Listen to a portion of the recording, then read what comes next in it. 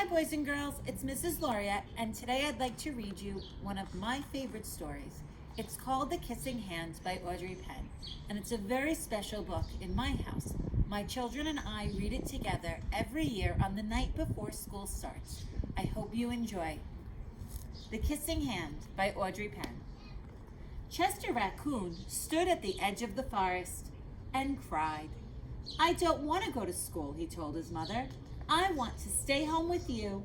I want to play with my friends and play with my toys and read my books and swing on my swing.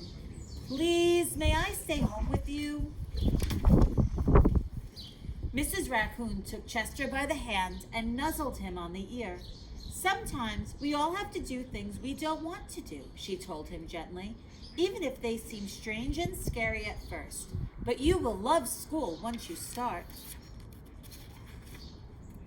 You'll make new friends and play with new toys, read new books and swing on new swings. Besides," she added, "I know a wonderful secret that will make your nights at school seem as warm and cozy as your days at home." Chester wiped away his tears and looked interested. "A secret? What kind of secret?"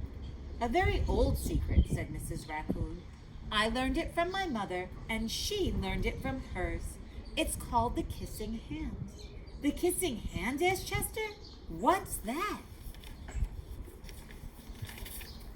"I'll show you." Mrs. Raccoon took Chester's left hand and spread open his tiny fingers into a fan.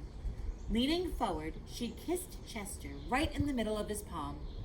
Chester felt his mother's kiss rush from his hand, up his arm, and into his heart.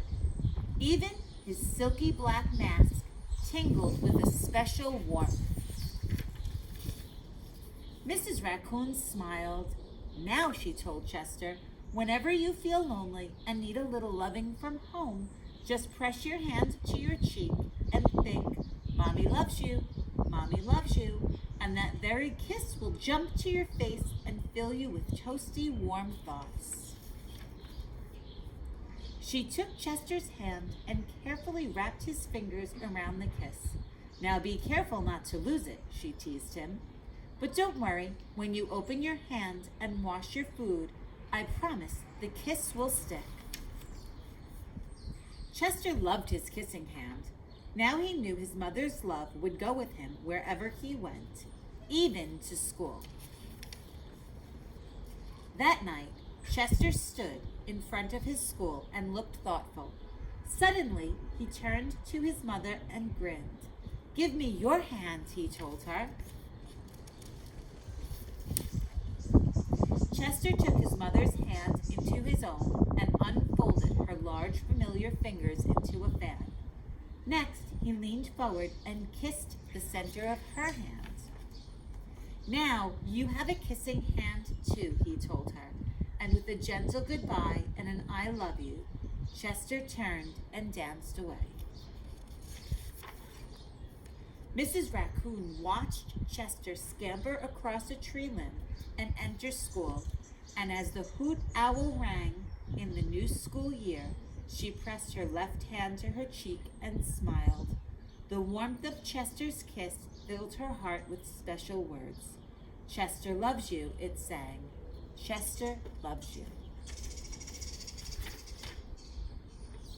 Boys and girls, I hope you enjoyed this story as much as our family does, and we hope you are well and safe, and we can't wait to see you again.